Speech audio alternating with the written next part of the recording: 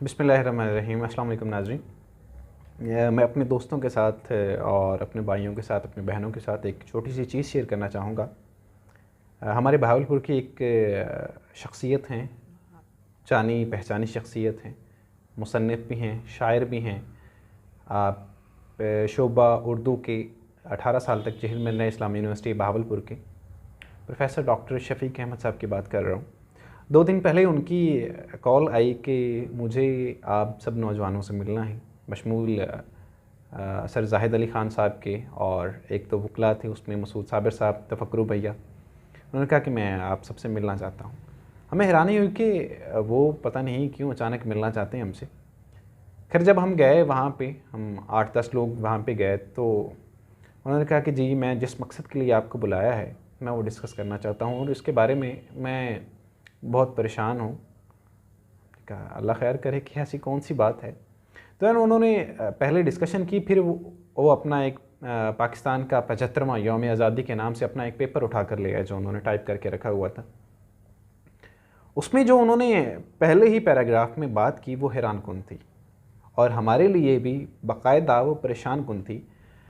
पाकिस्तान के उनका समअप मैं अगर ये करूं तो उनका जो वो पेपर लिखा हुआ था उसका लुब-ए-लुबाब ये था कि पाकिस्तान के हालात इस नहज पर पहुंच रहे हैं कि अब हमें परेशान होना चाहिए, अब हमें इसके बारे में सोचना चाहिए।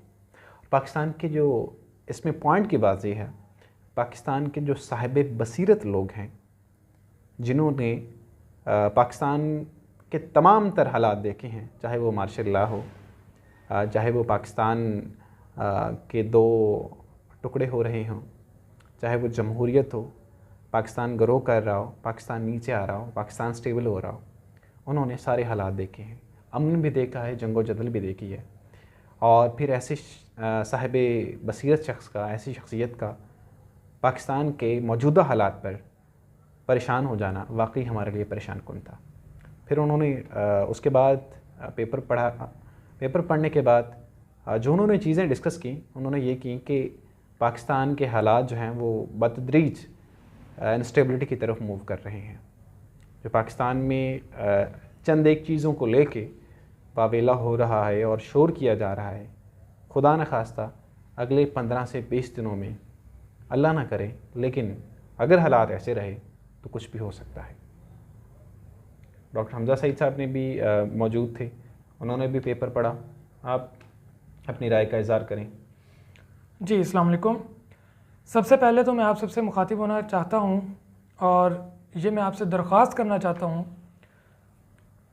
ये जो नौजवान नस्ल पाकिस्तान की इस वक्त तैयार है और पीछे से नई पौध आ रही है और नौजवान नस्ल तैयार हो रही है, इन सब को मेरा पैगाम है कि ये जो हमारे बुज़ुर्ग हज़रात हैं, हमारे अकाबरीन हैं, ये वो असासा हैं इस मुल्क का कि जिन्होंने इस मुल्क को पैदा होते देखा है, इस मुल्क को बड़े होते देखा है और अब 75 साल मुकम्मल करते देखा है।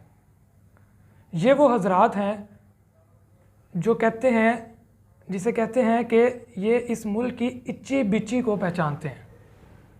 और आज की नौजवान नस्ल जदीदियत की तरफ और सोशल मीडिया की तरफ इतनी ज़्यादा मशगूल है कि उसको ये नहीं मालूम कि हमारा पास्ट, हमारी हिस्ट्री और हमारे एक्चुअल वाक़यात जो हैं वो हमें चीख चीख कर क्या बता रहे हैं।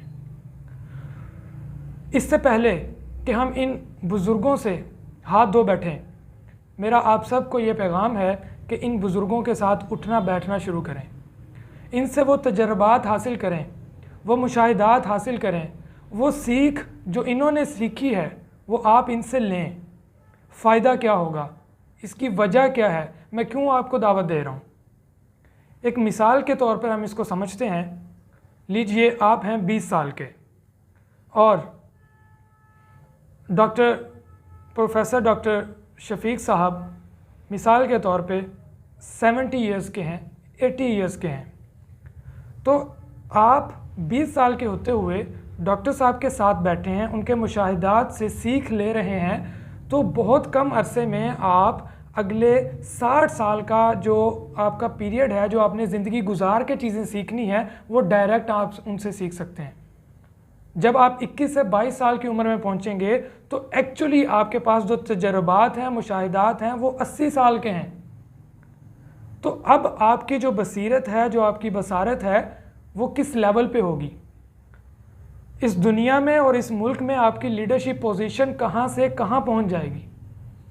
آپ کا فیصلہ کرنے کی قوت کدھر سے کدھر پہنچ جائے گی؟ نہ صرف یہ کہ آپ فیصلہ کر پائیں گے انڈیپینڈنٹلی، بلکہ آپ صحیح فیصلہ کر پائیں گے۔ اور جب آپ یہ صحیح فیصلہ کر پائیں گے، اور جب آپ اسی طرح کی تعلیم اپنے دوسرے ساتھیوں کو، اپنے سے چھوٹوں کو دینا شروع کریں گے، تو اس میں کوئی شک و شبہ والی بات نہیں ہے کہ 5 سے 7 سال کے عرصے میں یہ پاکستان ایسے رستے پہ چل پڑا ہوگا کہ دنیا مثالیں دے گی۔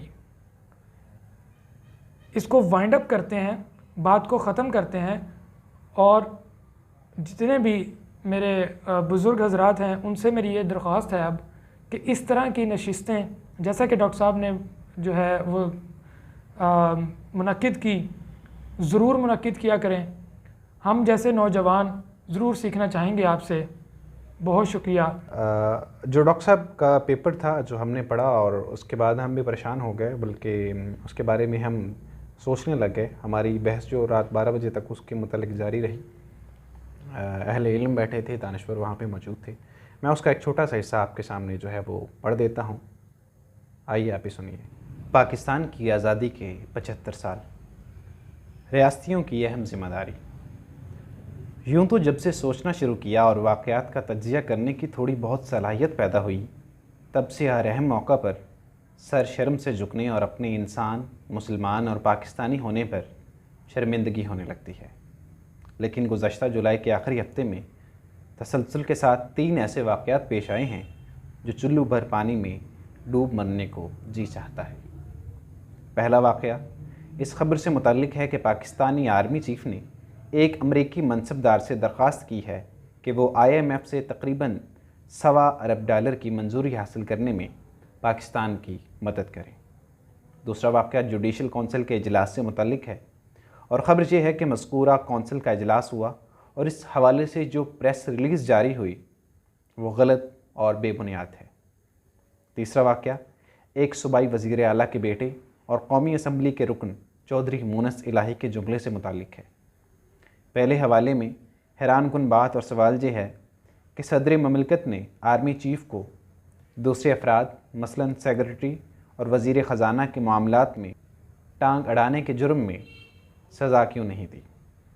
کہیں ایسا تو نہیں صدر مملکت سے لے کر سیکرٹری خزانہ تک سبھی لوگ نالائق اور نااہل ہیں، اپنا کام نہیں جانتے،